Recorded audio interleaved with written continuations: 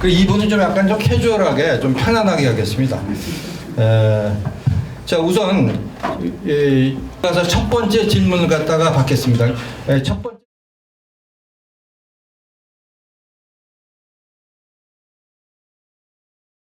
이 중국의 접근법에 대한 거를 갖다가 질문을 하셨습니다.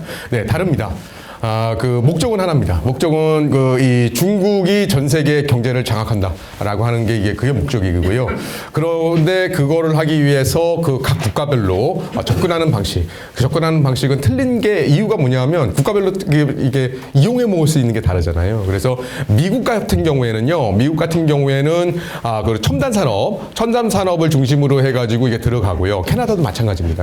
그렇게 들어가고 있고, 그 다음에 이른바 이 인프라스트럭처와 관련된 그런 거에 깊숙이 들어가 있고, 그 다음에 이제 유럽 같은 경우, 선진국 같은 경우 마찬가지고요. 그리고 이제 두 번째로 분류할 수 있는 게 저개발국입니다. 저개발국 같은 경우는 중국에 투자가 필요하잖아요. 그래서 아마 잘 하시고 계실 겁니다. 1대1로 이게 들어가는 겁니다. 그래서 개발 투자를 해 나가는데 이 방식은 굉장히 약탈적인 그런 것은 동일합니다. 그런데 그 1대1로가 들어가서 중국의 1대1로에 들어가서 안 망한 국가가 없습니다. 안 망한 국가. 정말 그 내용은 정말 이게 바로 제국주의입니다. 중국식 약탈적 제국주의입니다. 이게 제국주의도 성격이 다 다르거든요. 그런데 영국의 통상 중심의 제국주의, 벨기에와 같이 야만적 제국주의 이런 것들이 있는데 중국의 제국주의는 정말 약탈적인 제국주의입니다. 그래서 그 국가를 가지고 정말 자기들의 자원, 그 다음에 군사 안보 이 목적이 있는 곳에 대규모 투자를 하고 자기 것으로 가져가고, 그 다음에 그러면서 그 방식은 또 뭐냐? 중국 돈, 중국 기업, 중국인입니다. 중국 돈, 중국 기업, 중국인. 그래서 근데 그 중국 돈은 어느 돈이냐? 공짜가 아닙니다. 전부 다 중국이 차관이에요. 다 빌려주는 아주 고리입니다.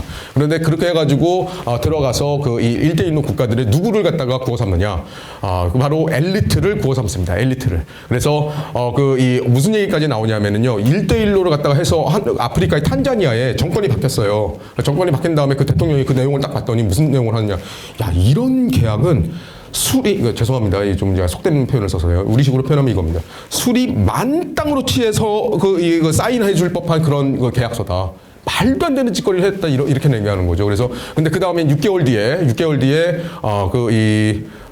사망을 당하셨습니다. 사망을. 이런 식으로 되는데, 그런 식으로 해가지고 그들을 갖다가 매수를 하고, 그 다음에 그 국가를 갖다가 경제를 파탄시키고, 경제에 도움이 안 되거든요. 그리고 심각한 경우에는 뭐냐면 중국인이 다 들어가서 합니다. 하다못해, 한바 있죠. 건설 현장에서 이제 밥 해주는 거. 그것까지 전부 중국인이 들어갑니다. 근데 이 사람들이 끝난 다음에 안 나가요. 거기에 전부 다 차이나타운 해가지고 거기 거점을 다 만드는 이런 식의 약탈적인 그런 형태로 들어가는데, 우리나라가 선진국의 형태에 거의 유사하게 들어가 있습니다. 그런데 우리나라의 장점이라고 하는 것은 뭐냐면은 글로벌 서플라이 체인, 가치 사슬에 미국, 일본, 독일 그 아래에 이렇게 딱 놓여져 있잖아요. 그런데 한미동맹 기반하고 있고, 그리고 우리는 절대 중국과 30년간 한때는 30%까지 경제적으로 엄청나게 맞물려 있습니다. 그러니까 이건 최적의 조건입니다. 최적의 조건. 그래서 현재와 같이 미국이 중국에 대해서 견제를 할 때 우회할 수 있는 최고의 방법, 그리고 우리나라의 기술이라든지 이런 것들 있잖아요. 거의 최첨단 수준까지 가 있는데 경계는 없습니다. 그런데 미국하고 연계가 되어 있어요. 군사 기술이라든지 첨단 기술이나 이런 것들이요. 그러다 보니까는 여기를 갖다가 공략해 들어가면 결국 이거 갖다 무너뜨리는 겁니다. 그래서 어느 정도냐? 제가 다 조사해보지 못했습니다. 제가 학교 선생입니다. 그래가지고 지금 다 저거 했는데, 아까도 말씀드렸잖아요. 학교 선생인 이 능력 한에서 검색을 해 나가는데도 정말 눈물이 갑자기 왈칵 쏟아지더라. 정말 깊숙이 들어와 있습니다. 한두 개가 아니에요. 그래서 그 형태가 아까 말씀드린 거잖아요. 여러 가지 형태로 들어와 있다고. 그래서 A사, B사, D사 이렇게 나와 있는데, 그런 식으로 해서 제가 볼 때는 우리나라의 중국과 관련된 것뿐만, 중국과 관련 사업하는 기업체뿐만 아니라 그렇지 않은 최첨단 기술을 가지고 있는 주요 전략 산업들, 거기 같은 경우는 중국 손이 안 들어온 데가 없고, 그리고 중국 손이 마구마구 지금 들어오고 있다. 중국이 지금 마구마구 들어오고 있는 것 중에 군사과학 기술과 관련된 것들이 있고 또 하나가 요즘에는 이제 그 경제 안보입니다. 그래서 이제 이 중국이 경제를 이 공격의 수단으로 영향력 확장 수단으로 사용하다 보니까 이 패러다임이 바뀌었습니다. 그래서 2016년도에 바뀌었습니다. 그래서 2016년도에 2016년에 완전히 바뀐 건 아니고요. 그걸 갖다 전환하는 책이 미국에서 나왔습니다. 이제는 세계화 시대처럼 경제 따로 정치 안보 논리 따로 이 시대 끝났다. 이제는 경제가 정치 군사 안보다. 이 책이 나온 게 있습니다. 그래서 War by Other Means라고 해가지고 다른 방식의 전쟁, 경제를 갖다 사용하는 거거든요. 그래서 경제가 자원 포함합니다. 자원, 전략 자원부터 시작해가지고 경제 이게 전부 다 무기, 경제, 공격의 전쟁의 무기가 됐다라고 하는 거거든요. 그러다 보니까 이제 경제 안보 개념으로 들어와 있어요. 그래서 이제 경제는 안보입니다. 우리 세계화 시대처럼 경제는 따로, 정치 군사 안보 따로 이 시대 이제 끝났습니다. 그러다 보니까는 모든 게 다 공격 수단이고 뭐 최근에 들어오는 게 무슨 뭐 고려아연 뭐 이런 것도 들어오고 있고요. 그 다음에 전략물자거든요. 전략물자. 여기에까지 손을 갖다 깊숙이 지금 뻗들어 오고 있는 그런 상황입니다. 그리고 이 일본 여쭤보셨는데요.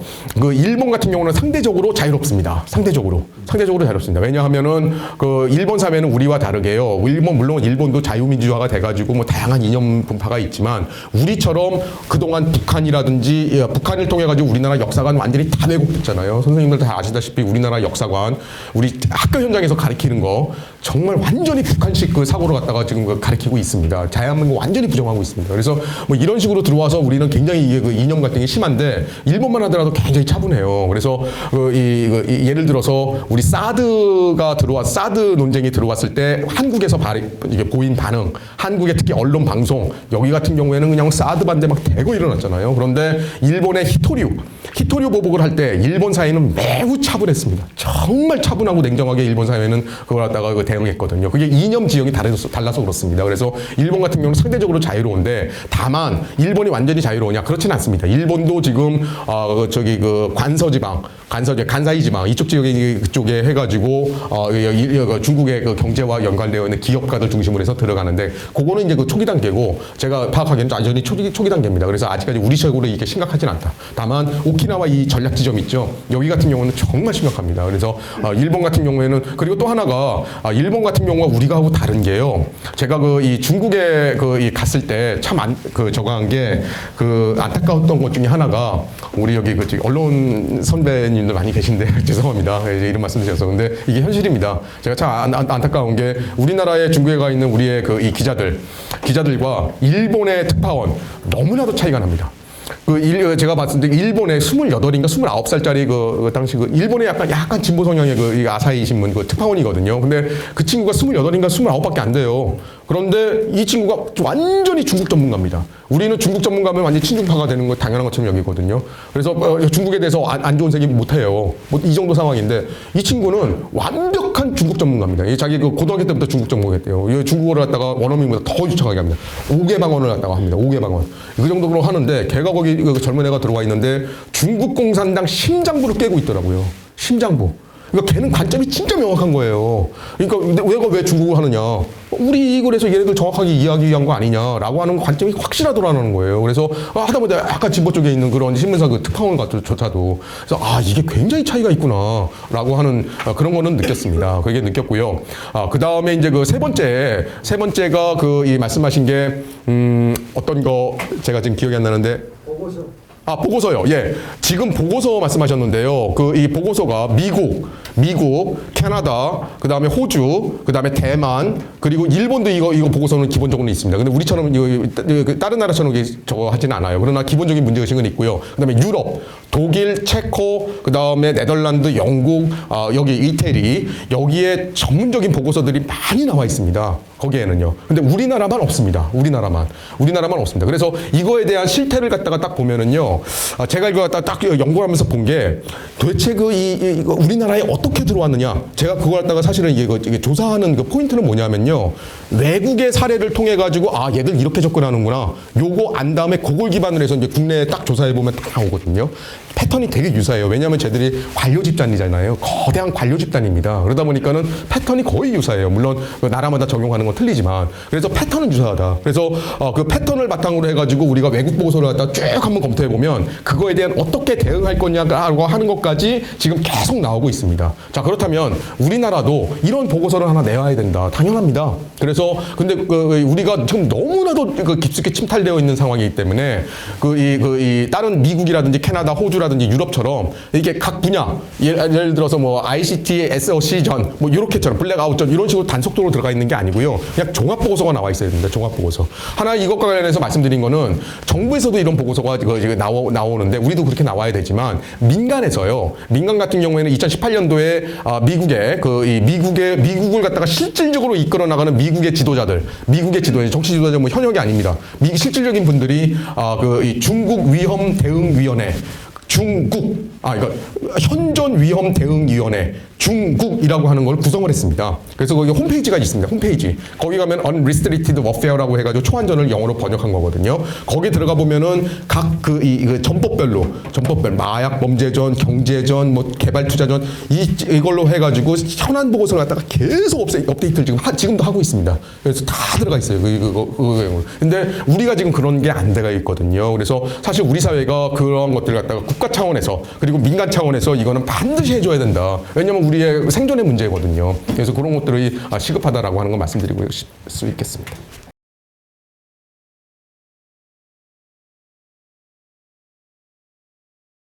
있는 상황이기 때문에 저건데 이거보다 쟤네들 갖다가 이제 우리가 중국 이게 공산당 이거는 중국 공산당 이 군사 전략의 기본입니다. 기본.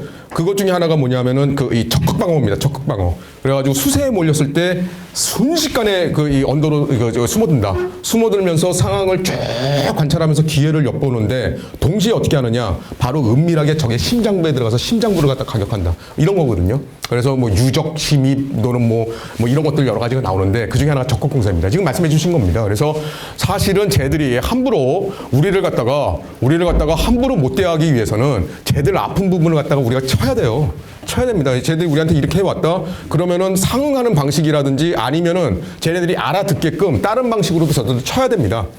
그거는 이제 뭐 여러 가지 방법이 있겠죠. 그런데 우리가 지금 아무것도 이제 법적 기반이라든지 이것도 없는 상황에서 그것까지 논하기 뭐하고요. 그런데 요원하게는 그거가 있습니다. 첫 번째, 쟤들을 갖다가 공산당이 있는 한 이 싸움은 우리가 끝나지 않을 겁니다. 그러니까 최소한도 이거 못하게 해줘야 되는데 그러기 위해서 우리 단독으로 할 수는 없어요. 할 수는 없습니다. 그래서 이거는 국제연대를 해줘야 됩니다. 국제연대. 그런데 실질적으로 파이브 아이즈 있잖아요.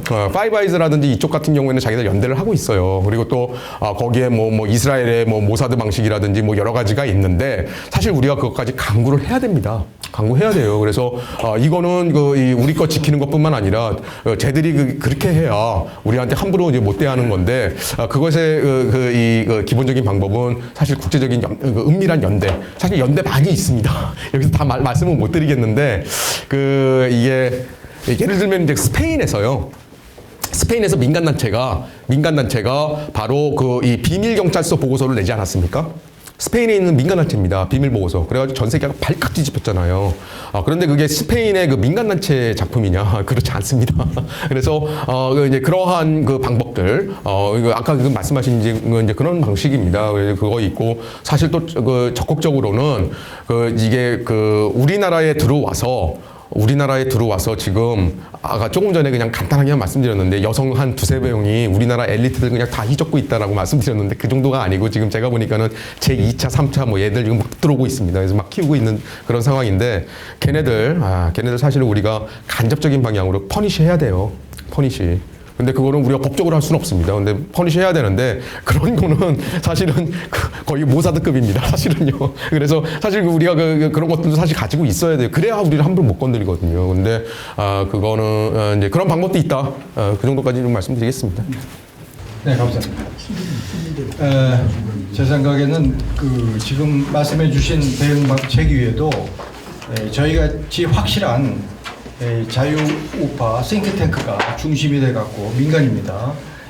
여기서 정말 조직적인 대응을 해야 될 것 같습니다. 이게 단편적으로 나오는 것만 하면요 두더지 잡기식으로 절대 안 됩니다. 그래서 우리가 아주 구조적인 걸 파악해서 여기에 맞는 분야별로 해서 힘을 모아갖고 민간에서 우선 이러한 그 우리가 대응책을 마련해서 이 정부나 국회나 이런 애들 갖다가 줘야지. 지금 정부나 국회나 여의도 연구원 같은 전혀 다 손 놓고 있거든요.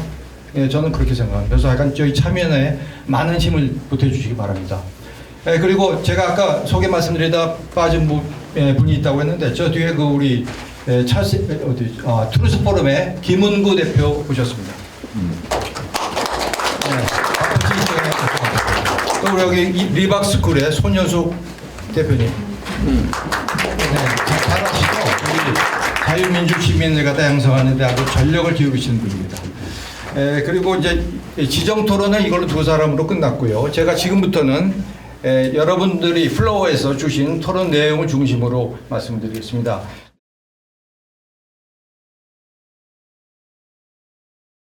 예, 이 공자학원이라고 들어보셨죠? 예, 그래서 지금은 이제 이 자유민주주의 선진국에서는 거의 다 퇴출됐습니다. 퇴출됐는데, 이른바 자유 서방 국가 중에 한국만 예외입니다. 한국은 오히려 지금 더 커지고 있습니다. 그리고 거기가 공자학원이 이제 실체가 드러나면서 전 세계에서 퇴출이 되면서 거기도 이제 거기 관료기구잖아요. 그러다 보니까는 돈이 남아돕니다, 돈이. 그러니까 한국인들, 학생들만 보내달라. 학생들만. 박사까지 책임져 줄게. 막 이 정도까지 막 그냥 엄청나게 물량 공세로 지금 들어오고 있는 상황이고요. 참고로 제가 지금 재직하고 있는 계명대학교는 전 세계에서 공자학원을 대학 차원에서 받아들인 첫 번째 대학입니다. 첫 번째 대학. 첫 번째 대학이 계명대학입니다. 이 계명대에 2003년도인가 이 정도 할 때 전 세계 처음으로 대학에서는 처음으로 받아들인 케이스가 이 계명대학이고 나중에 가서 나왔습니다. 굉장히 규모가 큽니다. 그런데 그 공자학원은요 단순히 와가지고 우리 뭐 대학에 와가지고 교육을 통해 가지고 이 차원이 아닙니다. 아까 이제 소환전 말씀드릴 때 몇 가지 주제로 이제 행정하다 보니까는 그 말씀 못 드렸는데 이게 그 소환전의 그 가장 중요한 그 전법의 강점 중에 하나가 뭐냐면 초융합입니다. 초융합. 복합과 융합의 정신을 발휘하라고 이게 나와 있거든요. 그러니까 무슨 말씀이냐면은 그 ICT 정보전이 들어가면 거기에 통일전선전 들어가고요. 정치공작전 들어가고 미디어전 들어가고 인지전 들어가고 뭐 여론전 들어가고 여러 가지가 이제 복합적으로 들어가요. 복합적으로 들어가는데 공자학원은 그 중에 하나의 예입니다. 그래서 이걸 갖다가 기본적으로는 교육전이다 얘기합니다. 교육전을 통해 가지고 대학에 이른바 한중교류, 한중국어 교육 이 명목으로 들어와서 대학의 권위를 바탕으로 해서 순수 교육기관으로 만들어인 것처럼 들어오고 거기에서 중국어를 교육시키면서 친중을 갖다가 인재를 갖다가 육성을 하는 겁니다. 친중 인재를 육성을 하게 되는데 그게 이제 교육전인데요.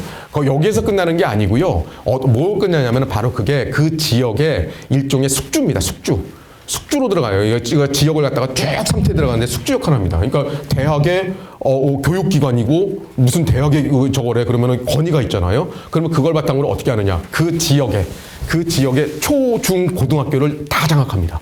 쭉 네트워크를 통해 가지고 그걸 기점으로 해 가지고 중국어 교육, 중국어 바로 알기 또는 뭐 중국어를 알자 뭐 이런 걸로 해 가지고 거기서 이제 쭉 이제 강의를 나가요. 그래서 어린애들부터 시작해 가지고 고등학교 때까지 여러분들이 이제 중국이 여러분들의 미래예요. 이런 식으로 해 가지고 다 교육을 시키면서 친중의 그걸 갖추고 있고 동시에 그 과정에서 얘들이 하는 게 뭐냐? 바로 선생님들 교감, 교장, 선생님들을 갖다가 딱 친중인사로 만드는 겁니다. 어떻게 하냐면 가가지고 이게 초청을 해요. 그래서 교장단 중국 초청 그냥 끝내주게 대접합니다. 중국 한번 갔다 오면은 정말 너무 고마워가지고요. 그리고 중국 사람 너무 좋아요. 우리하고 정서도 같고요. 그래서 그런 식으로 교장단, 교감단 또는 선생님들 이런 식으로 해가지고 차근차근 이게 만들어 나가고 동시에 그것만 있는 게 아닙니다.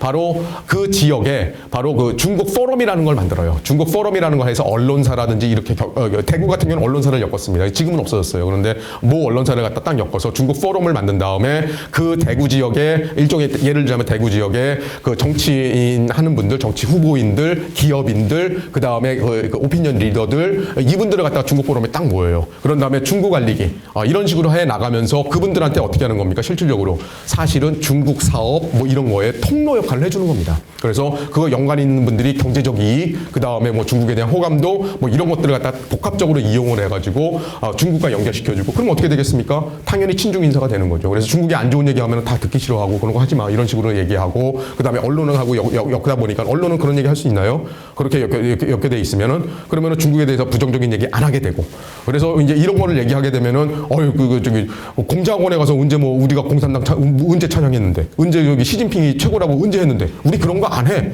예, 그런 거 안 합니다. 그런 거 안 해요. 중국 공산당 그렇게 순진하지 않습니다. 그렇게 이게 서툴게 그렇게 접근해 오지 않아요. 굉장히 20, 30년을 바라보면서 그 사회를 갖다 쭉 장악해 나가는 그걸 바라보고 이게 이렇게 진행을 하는 거거든요. 그러면서 그런 걸 통해 가지고 거기에 바로 이 중국인들 거점 만들고 그러면서 육성해 주고 그리고 그중에 뭐 차이나타운도 뭐 이게 만들어 나가고 그런 이 거점 역할을 갖다가 하나 딱씩 뿌려 놓고 그걸 바탕으로 해서 해 나가는데 공장 가운만큼 좋은 게 없습니다. 왜? 교육기관 대학, 뭐 이런 권위, 지역사회, 뭐 이런 것들이 다 있거든요. 그래서 지역 엘리트, 뭐 이런 게 있습니다. 그래서 이게 굉장히 위험하다는 겁니다. 그래서 그렇게 되면 어떻게 되느냐. 경제적으로 엮이게 되면은요, 교수들이, 하다못해 있는 여기 교수들이 중국에 대한 실체를 갖다가 얘기를 못 해요. 눈을 감아요. 얘기를 못 합니다. 이거 야, 니들 이럴 수 있어? 뭐 이렇게 되는 거죠. 더군다나 중국인 유학생, 바로 그런 걸 바탕으로 해가지고 특히 우리나라 같은 경우는 뭡니까? 지방대학 거의 소멸위기잖아요. 그런데 거기에다가 그거 딱 갖다 놓으면은 중국인 유학생을 갖다가 그냥 대거 보내줍니다. 근데 중국인 유학생 보면은 그 재정이 엄청나게 좋잖아요. 그러면은 경제적 이권으로 딱 그냥 목이 매는 거예요. 그러면은 뭐 하고 싶어도 못해요. 그래서 이거 아시나요? 지금 중국이 싫어하는 문화 공연은 절대 대한민국에서 열릴 수 없습니다. 열릴 수가 없어요. 이게 지금 우리나라의 현실이에요. 그래서 중국이 예를 들어서 뭐 션인이라든지 뭐 이런 거 그런 거 안 되지. 그렇게 얘기하면 안 됩니다. 그러면 우리 사회는 다 모르고 있는데 왜 그렇게 되느냐. 그 밑바닥이에요. 그래가지고 대학이라든지 그 지역사회 있잖아요. 그런 데서 그 대관하는 담당 공무원이 사인을 못 하도록 만들어요. 사인을. 그래가지고 그 부산에 있는 모 대학에는 그거를 모르는 분이 그냥 이거 그냥 사인했다가 엄청나게 홍역을 당하고 그때 그 직장에서 잘릴 뻔했는데 잘렸는지 안 잘렸는지 그것까지는 모르겠습니다. 그다음에 확인했는데 이 정도예요. 그러면 그게 대관하는 분들한테 쫙 소문이 퍼지잖아요. 그러면 다들 떠시는 거죠. 그러면서 그 사인 안 해줘요. 이런 식으로 하는 겁니다. 이런 식으로 하면서 중국이 원하지 않는 소식, 중국이 원하지 않는 문화 공연도 못하게 만드는 이런 거거든요. 문화 엔터테인먼트 게임이 다 마찬가지입니다. 그래서 돈으로 엮은 상황에서 문화 엔터테인먼트 지금 중국 사업 해가지고 공연하면은 뭐 수십억 수백억씩 벌어들이는데 중국의 실체에 대해서 얘기할 수 있나요? 홍콩이 저렇게 울부짖고 절규를 하는데 지금 이 순간에서 중국에서 신장 위구르 티벳에서 수십만 사람들이 인종 학살을 당하고 있고 자기 장기를 갖다 산채로 뺏기고 있는데 그거에 대해서 우리나라 사회에서 얘기 한마디 할 수 있나요? 못하죠 그런 얘기.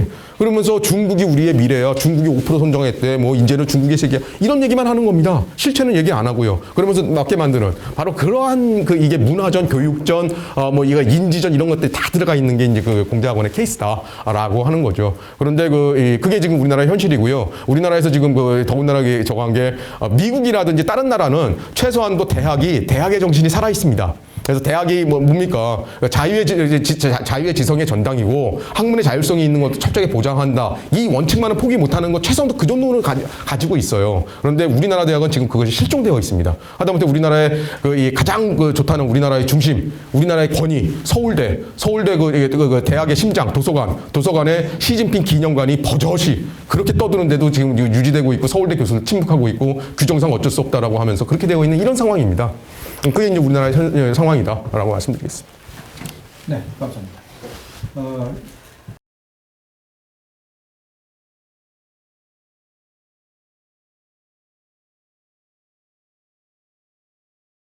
첫 번째로는 이게 이제 그 컨셉 페이퍼로 해가지고 우리 윤통한 때까지 다 올라갔습니다. 이미 23년도에 해가지고 다 올라가서 이 내용을 갖다가 기본적으로 다 숙지하고 계셨고요. 그 다음에 이 국가안보실이라는 이쪽에서 기본적으로 다 알고 계시고 국정원 다 알고 계십니다. 근데 다만 우리 공무원하고 우리나라 국군하고 제가 이제 그 대전 가서도 많이 알려드리고 그렇게 했는데 국정원에 가서도 말씀드리고 했는데 근데 제가 사실 좀 놀랬던 건 뭐냐면 우리나라의 안보, 정보, 방첩 이것과 관련해서 최전선에 계신 최고의 전문가분들이 이 사안에 대해서 너무나도 모르고 계셨더라라고 하는 거에 제가 또 이게 말씀드리면서도 사실 놀랐었습니다. 그런데 이제 지금 같은 경우는 많이 확산되고 많이 아시고 계신 그런 상황입니다.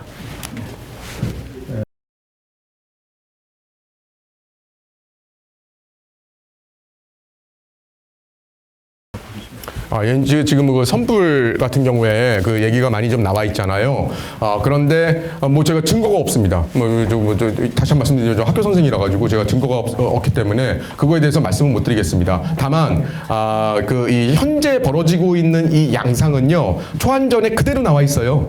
아까 그 초안전을 어떻게 적용하느냐 이거 나와 있잖아요. 거기에 그대로 나와 있는 겁니다. 그래서 정치적인 그 이 자기들이 목적이 있을 때 그 다음에 거기 정치적인 그 사회의 혼란을 해야 되고 거기에서 그 전자통신 장비 마비시키는 것뿐만 아니라 중국인들 그리고 그걸 통해 가지고 사회의 폭동 그 다음에 사회의 그 기반 시설이라든지 이런 걸 갖다가 야기시킨다. 이거는 기본 전법으로 들어와 있어요. 그런데 그 뭐 이것도 증거는 없습니다. 그런데 이상하지 않나요? 저도 이제 이상합니다. 작년 말부터 올해까지 이게 미중 간에 완전히 아주 이게 트럼프 2기가 들어오면서 굉장히 중요한 시점이었거든요. 그래서 이 상황에서 중국 공산당의 지금 목적은 뭐냐면은요. 중국 공산당 내부에서 이제 뭐 거기서 나와 있는데 트럼프 2기 집권이 완료되기 전에 일단은 주변에 그 승기를 갖다 잡아놔라라고 하는 게 내부에서 논의됐다라고 이제 뭐 보고가 나오고 있어요. 근데 충분히 가능성이 있습니다. 근데 그런 상황에서 여기 한국에 이제 뭐 정치 이런 것들이 일어나게 되는데 그런데 이상하게도 사회적인 전혀 정말 한 10년에 한 번 벌어질 일들이 요 짧은 한 3, 4개월 사이에 집중적으로 벌어질 수 있는 거 다 벌어졌잖아요. 공중전, 해전, 해전, 뭐 육상전 다 벌어졌지 않습니까? 이상하지 않나요? 저도 그 의문을 가지고 있습니다. 네. 그리고 또 한 가지는 그 지금 초안전은 영문으로 번역하면 지금 미국이나 이런 데서 어떻게 쓰이죠? 예, 그 영문으로 두 가지가 있습니다. unrestricted warfare, restricted 제한하는, 근데 unrestricted 제한하지 않는 무제한 전쟁이다. 그래서 unrestricted warfare 또는 그러니까 중국은 이렇게 번역합니다. 중국 공산당은 infinite warfare라고 얘기를 합니다. infinite 그러니까 unrestricted는 굉장히 수동적이잖아요. 억제하는, 제한하는, 제약하는 국제법과 뭐 이런 것들의 전쟁의 규모에 제약하는 이런 개념이고 infinite는 더 아주 적극적인 다 풀어놔라 이런 개념이잖아요. 인파이나이트의 어감이라는 게. 그래서 인파이나이트 워페어라고 이렇게 번역하고 있습니다. 알겠습니다.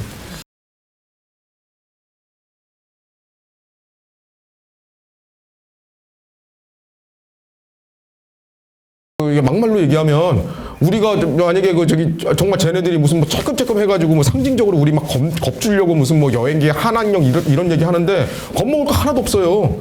우리가 그 한중 교류가 97%예요. 97%가 중간재 자본재 기술재입니다. 중간재 자본재 기술재. 이게 뭐냐? 소비재 아니에요. 이게 뭐냐? 쟤들이 보복하고 싶어도 못해요. 한한령 이거 뭐 목소리만 껐지 얘들이 우리한테 보복한 게 뭐 있느냐? 경제 통계 한번 보시죠. 한한령 나왔는데 우리 한한령 때문에 끝난 줄 알고 막 방송 언론에서 얘기하는데 아닙니다. 한한령 이후에 한중 교류 계획은 더 늘어났어요. 근데 왜 그러냐? 쟤들이 필요하니까 그렇습니다. 근데 쟤들이 우리한테 보복을 해요? 지들이 죽습니다. 지들이. 근데 우리 보복할 게 엄청 많아요. 예를 들자면 우리가 반도체 딱 끊어보세요. 쟤네들은 아마 6개월에서 1년을 못 버틸 겁니다. 원래 그렇게 돼요. 쟤네들이 만약에 전략 묻자 가지고 보복하게 되면 그런데 이게 정상국가입니다. 정상국가. 정상국가의 외교만 하면 돼요. 그래서 그 얘네들 뭐 이게 저거 하고 그래서 이게 이제 제 의견입니다. 초안전이라는 용어가 결국 들어보면 총력전하고 이렇게 좀 약간 유사한 개념이 아니냐 그런 말씀을 하셨어요. 그 소련 같은 경우에 이게 하이브리드전, 소련 같은 구소련 그리고 지금 러시아 우크라이나 침략 들어갈 때 하이브리드전 다 하고 있지 않습니까? 거의 여론전, 인지전, 심리전 들어가고 있습니다. 그리고 이제 뭐 그런 그러니까 비전통전 같은 걸 많이 하고 있는데 그래서 이제 그 유사해요. 그래서 이것과 관련해서 말씀드릴 거는 첫 번째는 뭐냐면요. 예, 맞습니다. 이게 구소련 공산권 그리고 현재 러시아 이들이 하고 있는 전쟁의 성격과 거의 동일해요. 두 번째, 그러면 이 성격이 무엇이냐? 공산당의 전쟁입니다. 공산당의 전쟁.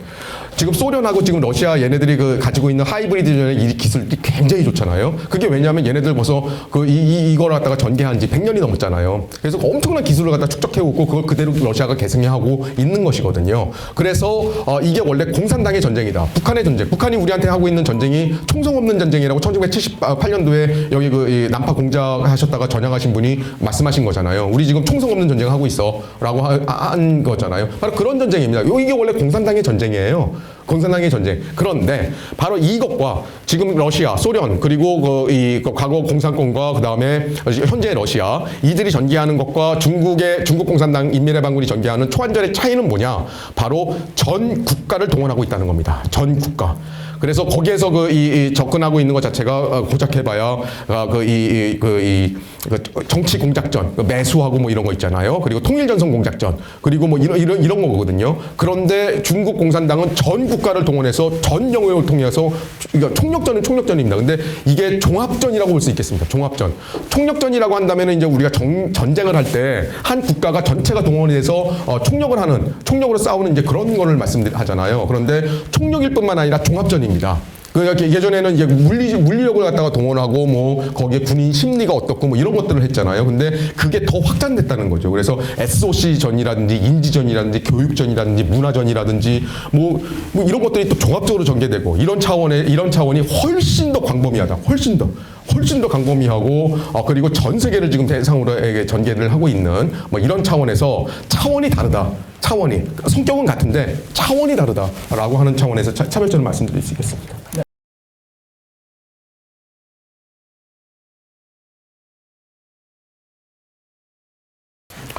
저는 이제 우리 국군에서 그 뭐 요즘에 나타나는 여러 가지 새로운 전쟁 양상들 있잖아요. 이런 거에 대해서 대응을 갖다 굉장히 잘하시고 계신 걸로 알고 있습니다. 그런데 바로 중국이 전개하고 있는 이런 전쟁을 이게 보는 입장에서는요.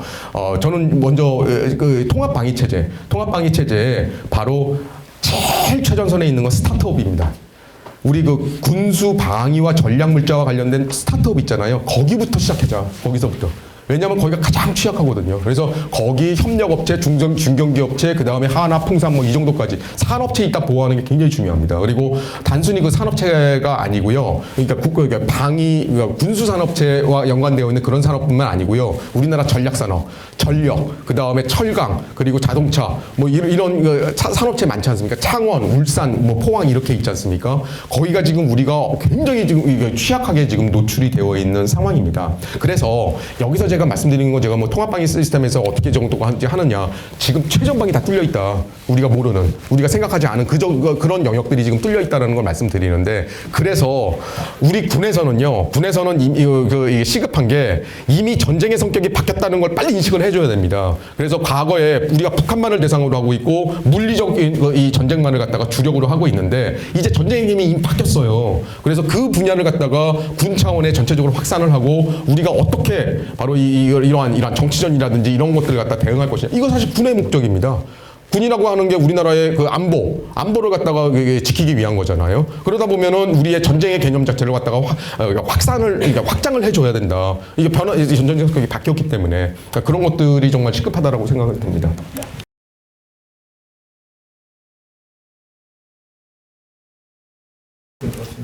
첫 번째 교육 굉장히 중요합니다. 교육 굉장히 중요한데요. 그게 뭐 교과서까지 들어가는 건 상당히 까다롭고 그게 또 문제가 있습니다. 근데 그거 외에 교과 외의 교육 같은 경우에 우리나라 지금 선생님들 아시나요? 우리나라 이른바 초등학교 때부터 고등학교 때까지 지금 진행되는 교육 자체가 이른바 민주시민인가 그 교육으로 해가지고요 완전히 잡신하겠습니다. 거기에서 하는 내용들 보면은 기가 막힙니다 정말. 그래서 예를 들어서 북한도 우리 민족, 김정은이 어떻고 우리 이건 이해해야 돼 뭐 이런 거 지금 이거 다 강의되고 있는 거 아시나요?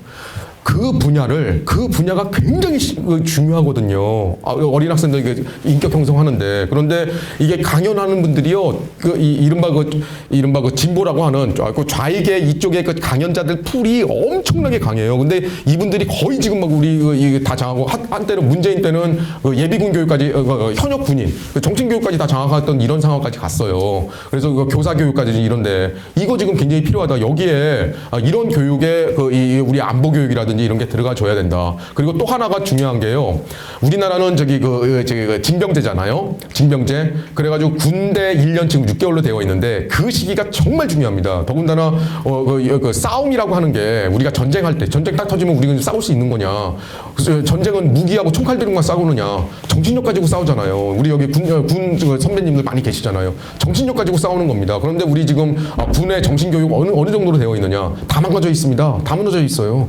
근데 그다음에 군에서 우리의 안보 의식, 군에서 우리가 복무를 할 때 젊은 청년들이 복무할 때 1년 6개월 동안 정말 그러한 시간들이 있거든요. 그래서 그 당시에 책 읽기 되게 좋고요. 교육하기 좋습니다. 그때 안보 교육 이런 것들을 우리가 진행을 해야 되고 그다음에 북한뿐만 아니라 바로 중국이라고 하는 이런 위협 이런 것들에 대한 교육이 있어야 된다라고 하는 게 그게 이제 이 하나의 그 방안이 될 수가 있겠습니다. 그래서 그 교육 분야가 그래서 군 정신교육, 정신교육과 그 다음에 이른바 민주시민교육인가 뭐 이런 걸 갖다가 저걸로 해 나가는 거. 그리고 또 하나 말씀드리고 싶은 게요. 우리나라 지금 교육에서 지금 미국이라든지 다른 나라들 같은 거 당연합니다. 학교에서 이게 권위주의 뭐 독재식이라고 그래가지고 우리 학교 할 때 미국에 가면은 다 하잖아요. 미국에 가면 학생들 뭐 합니까? 거기가 완전히 자유의 나라인데 학교에 가면은 당연히 아침 조회 때 국기에 대한 맹세하고 그다음에 미국에 대한 그러한 선서를 하잖아요.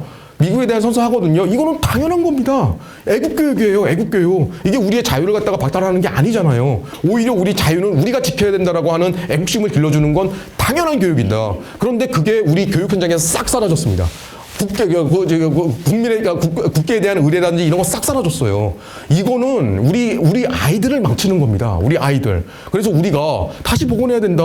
어떤 나라든지 아이들한테 우리의 자유를 지키기 위해서 우리를 자유를 지키기 위해서 싸워야 된다.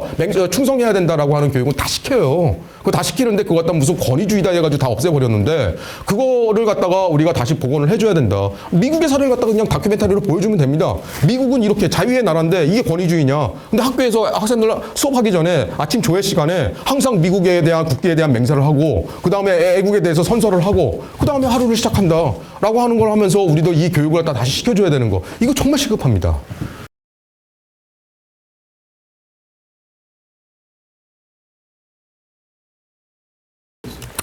북한에 적용할 수 없습니다. 북한에. 왜냐하면 북한 같은 경우에는요, 똑같은 전체주의 사회잖아요. 그래서 이게 북한 애들이 가만히 두지 않습니다. 장성태 어떻게 됐는지 아시잖아요. 친중파로 해가지고 다 작업했던 거잖아요. 그러니까 얘네들가 딱 파악하고, 물론 김정은이가 뭐 자기 권력 장악하는 과정이지만, 그게 사실은 북한의 자기네들 이 체제와 그 다음에 중국 애들의 이 싸움이었잖아요, 그게요. 완전히 그냥 참혹하게 날려버리지 않습니까? 우리 자유민주주의 사회에서는 이거 있을 수도 없는 일이죠. 근데 걔네들 그렇게 확고하게 날려버립니다. 그리고 걔네들은 북한의 군관학교가 이름이 못 들어가요. 뭐죠? 이제 군관학교. 거기 우리 육군사관학교입니다. 우리나라로 얘기하면. 우리나라 육군사관학교 잔디밭에 쫙 뭐가 되어 있느냐. 아예 그냥 잔디 이렇게 해가지고 표어로 되어 있습니다. 그래서 일본은 100년의 적, 중국은 1000년 숙적. 그게 이른바 북한의 육군사관학교에 해당한다는 거기에 박혀져 있습니다. 들어갈 수가 없어요. 그리고 하다못해 제가 이제 이 중국의 외교관들이라든지 이렇게 교류를 하다 보면은요, 북한에 대해서 북한에서 이제 주재하고 있잖아요. 북한하고 주재하고 와가지고 베이징에 와요. 잠깐 와 있어요. 그러면은 우리가 이제 저와 같은 이제 외교관에 있을 때 거기 회의하고 가면요, 나중에 우리 외교부 브라코고 같은 데 와서 저한테 북한에 대해서 물어봅니다. 북한에 대해서 물어보는 것뿐만 아니라 중국 공산당에 대해서도 저한테 물어봅니다. 왜냐하면 북한에 가 있으면은 알 수가 없대요. 그리고 중국에 있으면은요, 중국에 있는 뭐 외교부 공무원이라든지 아니면 연구원 교수가 중국 공산당 중앙에서 무슨 일 벌어지는지 알 수 있나요? 없습니다. 없어요. 외부에서 더 잘합니다. 그래서 저한테 물어보는 그런 상황입니다. 그리고 이번에는 미국 국방부가 지금 초안전에 대해서 사실은 국방부뿐만이 아니고 비육군사관학교에서도 이걸 딱 교재로 쓰고 있지 않습니까? 근데 지금 현재 실제로 이 초안전에 대해서 대비하고 있는 주무부서라든가 그들의 어떤 방법, 어떤 대응, 뭐 여러 가지 전략 이런 거에 대해서 혹시 알고 계십니까? 예, 굉장히 많습니다. 예, 굉장히 많은데, 이 주로 나오는 게요, 미국의 국방부, 국무부, 그 다음에 연구기관, 띵크탱크, 아까 말씀드린 미국 현전위원회, 중국이라든지, 그리고 헤리티지부터 해가지고 엄청 많아요. 그리고 거기에서 정말 우리는 미국은 어떻게 대응해야 한다라고 하는 이러한 구체적인 방법까지 많이 가지고 있는데, 그것을 갖다가 실행하는 거에는 아직까지는 어려움이 있습니다. 왜냐하면 아직까지는 초기입니다. 그래서 이게 지금 이 미국의 이 엘리트 계층에 알려지게 되고, 이걸 미국 엘리트 계층들이 이 문제의식을 갖고 이거에 대해서 대응하기 시작한 게 한 2016년, 2017년 이때부터이거든요. 그런데 그걸 갖다가 제가 물어보니까 실행하는 부분 있잖아요. 실행하는 이제 스텝진들이잖아요. 스텝진들이 그거에 대한 문제의식이 없다는 거예요. 문제의식이 없어가지고 야 이거 이렇게 해 그러면 우리가 왜 해? 라고 해서 아직까지는 좀 벽에 부딪히고 있다. 다만 그거는 이제 실행 단계고요. 이 윗단계에서 야 우리가 그러면 이거 대응하기 위해서 어떤 식으로 협업을 하고 부처 간 협업 체계뿐만 아니라 분업 체계 이런 것들에 대한 이 방안들은 많이 나와 있습니다. 그래서 이게 어떤 방안으로 나가는 거냐 그거 이제 분야별로 한번 좀 물어보시죠. 분야별로 물어보면은 그거에 대해서 제가 거기 보고서에 나온 거 제가 알고 있는 거 지금 말씀드릴 수 있겠는데요. 하여튼 그 현재 상황은 현재 그렇게 되어 있습니다. 네, 준비를 많이 했어요. 질문을 갖다가. 근데 이제 너무 이 청중들의 반응이 뜨거워서 제가 자제를 하고 있었습니다. 근데 저는 한 두 가지만 간략하게, 이건 제 짧은 답변입니다. 지금 현재 아까도 왜 우리 싱크탱크 말씀하시면서 중국에서 돈을 벌어갖고 와서 우리나라에 와서 싱크탱크를 아주 근사하게 만들어서 거기에 다양한 분야의 우리 VIP 일종의 명사들을 갖다 많이 초청해갖고 만들지 않습니까? 그래서 그거 다 다시 언론이나 이런 데만 홍보해 준단 말씀이에요. 근데 이러한 활동들이 과연 왜 우파는 이걸 못하고 있을까? 좀 답답한 노릇이거든요. 예. 어떻게 생각하세요? 예. 그러니까 그런 여시, 저 시진핑이 왜 좋아하는 한국가 있었습니까? 여시. 여우가 아닙니다.